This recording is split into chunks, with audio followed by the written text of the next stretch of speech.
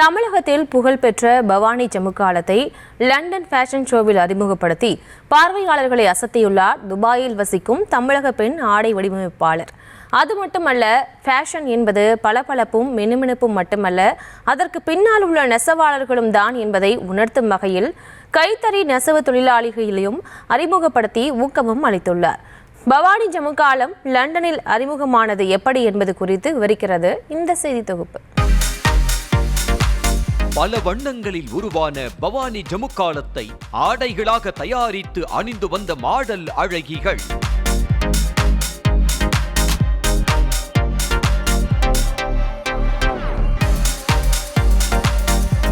London fashion ஷோவில் பூனை நடைபோட்ட மற்றும் ஜமுக்காலத்துடன் நடன கலைஞர் நடனமாடிய காட்சிகள்தான் இவை.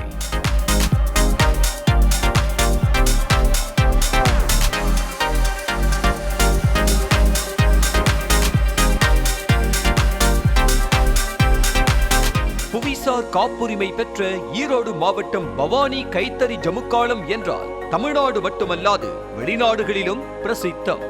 இந்த கைத்தறி ஜமுக்கால தொழிலில் ஈடுபட்டு வருபவர்தான் பவானி அருகே உள்ள பெரிய மோளப்பாளையம் கிராமத்தைச் சேர்ந்த 69 வயது முதியவர் சக்தி வேல். தனது 14 வயதிலிருந்தே தொழிலை தொடங்கிய இவர் இதில் அனைத்து வித்தைகளையும் கற்றறிந்தார். ஆனால் இவர் மற்றவர்களைப் போல ஒரே மாதிரியான ஜமுக்காலத்தை நெய்யாமல் வாடிக்கையாளர்களை கவர்ந்திழுக்கும் வகையில் ஜமுக்காலத்தில் மயில், கிளி உருவங்கள், பூக்கள் மற்றும் எழுத்துக்களை பொறிப்பது என மாற்றத்தை காண்பித்தார். இந்த மாற்றம் புதிய முயற்சியும் கோவையில் உள்ள தனியார் கல்லூரியில் ஃபேஷன் டிசைனிங் படிக்கும் மாணவிகளின் பார்வையில் தென்பட்டது. இதன் விளைவாக தலைநகர் டெல்லியில் நடைபெற்ற கைத்தறி கண்காட்சியில் சக்திவேலின் ஜமுக்காலம் இடம்பெற்று பெரும் வரவேற்பை பெற்றது. சக்திவேலின் பயணம் இதோடு நிற்கவில்லை. இந்த ஜமுக்காலம் பற்றி துபாயில் வசிக்கும் திருவண்ணாமலை மாவட்டம் வந்தவாசியைச் சேர்ந்த ஃபேஷன் டிசைனர் வினோ சுப்ரஜாவுக்கு தெரிய வந்தது. இதையடுத்து துபாயிலிருந்து புறப்பட்டு நேராக பெரியமோளப்பாளையத்திற்கு சென்றவர் பல்வேறு அளவுகள், வண்ணங்கள், டிசைன்களில் கைத்தறி ஜமுக்காலம் செய்து தருமாறு ஆர்டர் கொடுத்தார். இதையடுத்து உற்பத்தியை தொடங்கிய சக்திவேல் வினோ சுப்ரஜாவின் கண்ணோட்டத்திற்கு ஏற்ற வகையில் ஜமுக்காலங்களை நெசவு செய்து கொடுத்தார். பின்னர் தன்னுடைய ஃபேஷன் டிசைனிங் திறமையை பயன்படுத்திய வினோ ஜமுக்காலங்களை மணி பர்சுகளாகவும், கைப்பை, லேப்டாப் பேக், ஹேண்ட் பேக்குகளாகவும், இன்னும் ஒரு படி மேலே போய் மாடல் அழகிகள் அணியும் ஆடைகளாகவும் மாற்றினார்.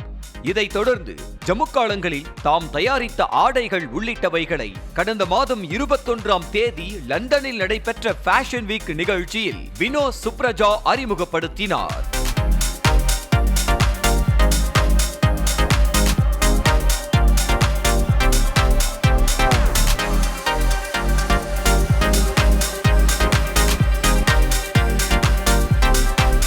ஜமுக்காலத்தில் தயாரிக்கப்பட்ட ஆடைகளை அணிந்து மாடல் அழகிகள் பூனை நடைபோட புகழ்பெற்ற பவானி ஜமுக்காலத்தை கையில் ஏந்தியபடியே நடனமாடினார் பாரம்பரிய நடன கலைஞர் வான்மதி ஜெகன்.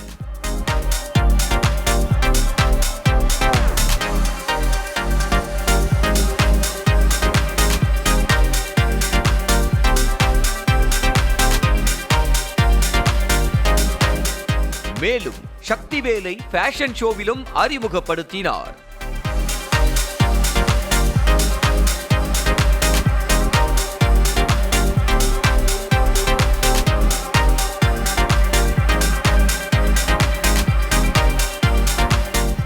இது குறித்து பேசிய சக்திவேல் கைத்தறி நெசவு தொழிலை பள்ளி கல்லூரிகளில் பாடமாக வைத்து கற்றுத்தர வேண்டும் என மத்திய மாநில அரசுகளுக்கு கோரிக்கை வைத்தார்.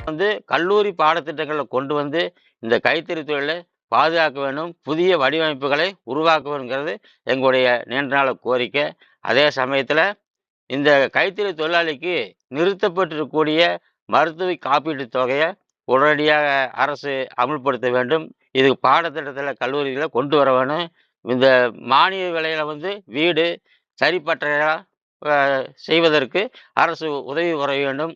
ஜிஎஸ்டி வரியை நீக்க வேணும் அப்படிங்கிறது எங்களுடைய நெசவாளி கோரிக்கையாக உள்ளது. ஃபேஷன் என்பது வெறும் பளபளப்பு மற்றும் மினுமினுப்பு மட்டுமல்ல, அதற்கு பின்னால் உள்ள நெசவாளர்களும் தான் என தாம் நம்புவதாக ஃபேஷன் டிசைனர் வினோ சுப்ரஜா கூறினார். ஏன்னா ஃபேஷன் அப்படிங்கிறது வெறும் ஒரு அழகான பளபளப்பான கிளாமரான உலகம் மட்டும் கிடையாது.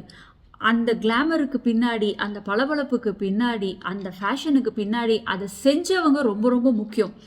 எந்த அளவுக்கு அந்த துணிகளை, ஃபேன்சியான துணிகளை போடுற ஸ்டார்ஸுக்கு இல்லை பெரிய பெரிய நட்சத்திரங்களுக்கு, பெரிய பெரிய ஆளுங்களுக்கு எந்த அளவுக்கு லைம்லைட் கிடைக்குதோ அதே அளவு லைம்லைட் அதை செய்கிறவங்களுக்கும் கிடைக்கணும் அப்படின்னு நான் தீவிரமாக நம்புகிறேன். இதன் பிறகாவது நலிந்து வரும் கைத்தறி ஜமுக்காலம் உற்பத்தி தொழில் எழுச்சி பெறும் என்ற நம்பிக்கை எழுந்துள்ளது.